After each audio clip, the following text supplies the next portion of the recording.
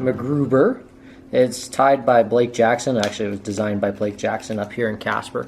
It's a great little midge pattern, and it actually works in a whole lot of different places. There's a whole lot of different variations you can play with it, and it's actually a pretty simple tie once you get it down. So we're going to go right at it. Once again, we're doing a number 60 size 18 Dairiki hook. They're cheap hooks. You can use whatever you want. You just need a straight shank hook for this one.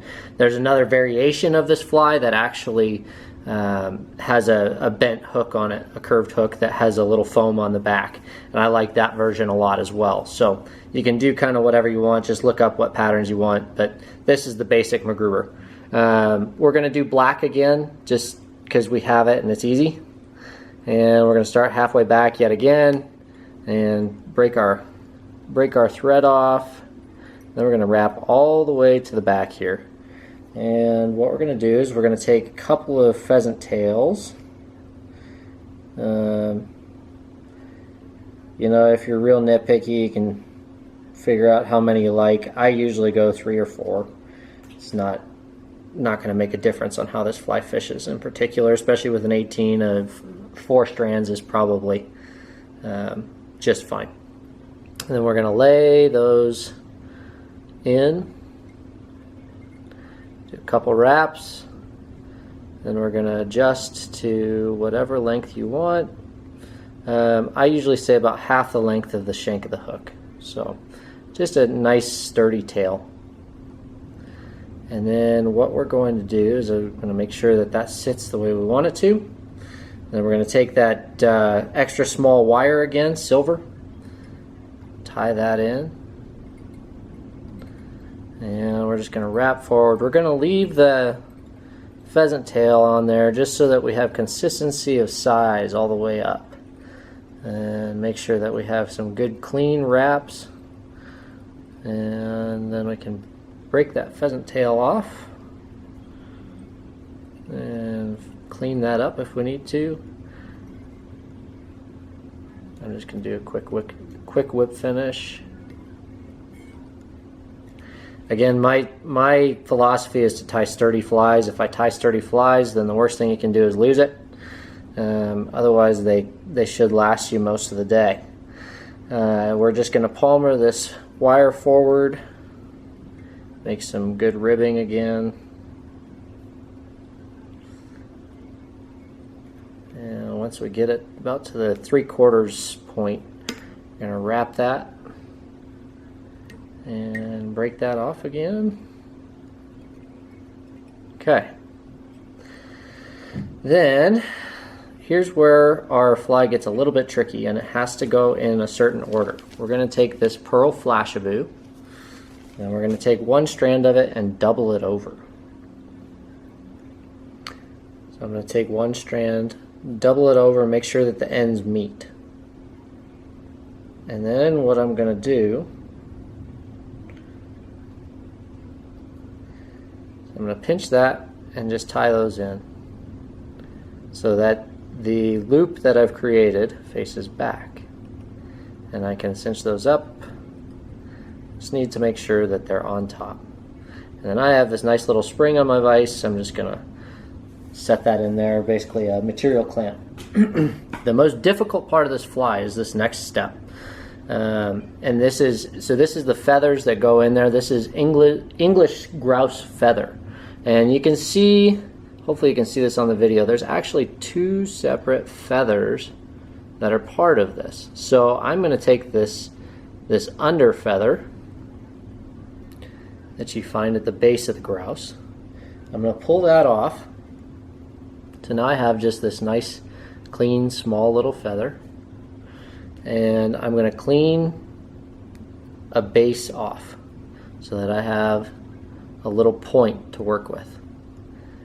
And then what I'm going to do, and actually, well, this will work. Fortunately, they go both ways. Usually you actually want to do the tip because when you push it over, you want to make sure that those feathers stroke back. But this one has large enough feathers, it doesn't matter. So we're going to lay that clean tip on there, make sure that's right on the top, and we're going to secure that in. just like that. Now we've got everything sitting back. And what we're going to do is we're going to take some ice dub, and I like purple with the black. Seems to fish really, really well, especially on cloudy days. And we're just going to lightly dub our thread here. I'll slide that up so I don't have too many extra wraps. We'll do one wrap, and then I'm actually going to roll that dubbing the opposite way to really secure it in, so that I have a nice dubbed body or thorax here. And this one wound up a little bigger than I like, but it'll be fine. So then we're going to take the feather and we're going to stroke everything back, and we're just going to lay it over the top.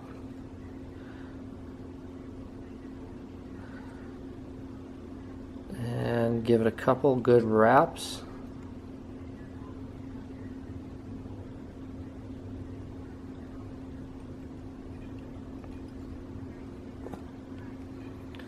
Then we're going to pull this up and trim that. I've got a whole bunch of feather that's sticking off the front. I'm just going to trim it and then kind of peel it back, and we'll wrap over it.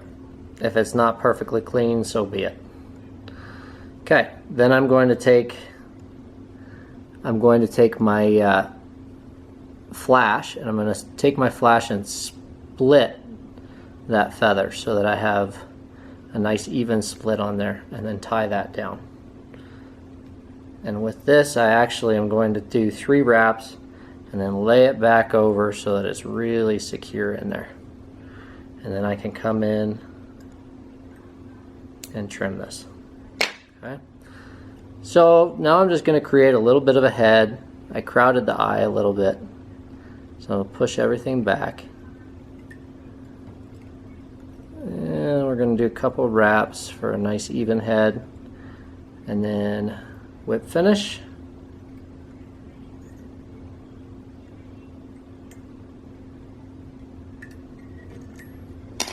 Like so. Now, you've got all these really long feathers that look like they're just sticking off all over the place. So all that we're going to do is we're actually just going to take our thumb and we're just going to break some of those feathers, cut them pretty close to the fly, so that we don't have crazy sticking out.